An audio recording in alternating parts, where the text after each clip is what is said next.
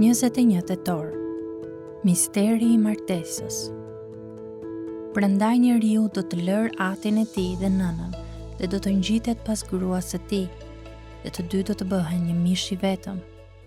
Ky mister është i madh, por unë e them në lidhje me Krishtin dhe me kishën. Efesianëve 5:31-32. Te ky varg i Efesianëve 5:31, Pali po citon nga Zenafilla 2:24, që Mojsiu e tha, dhe Jezus i tha se Perëndia foli nëpërmjet Mojsiut.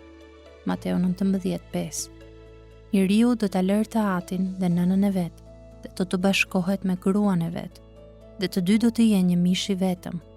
Pali thot se kjo fjalë e Perëndis, e folur para rënies në mëkat, i referohet Krishtit dhe kishës, dhe përpasoj përmban një mister të madh.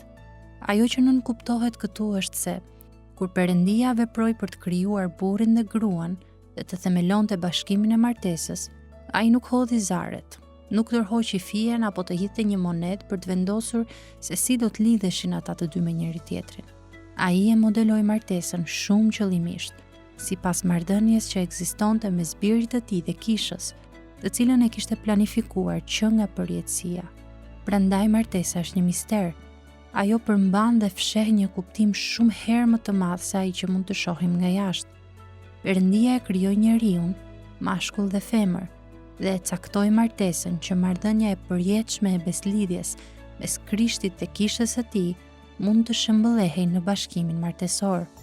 Përfundimi që Pali nxjerr prej këtij misteri është që rolet e bashkëshortit dhe bashkëshortes në martesë nuk janë caktuar në mënyrë arbitrare, por janë të rrënjosura në rolet dalluese të Krishtit dhe kishës së tij.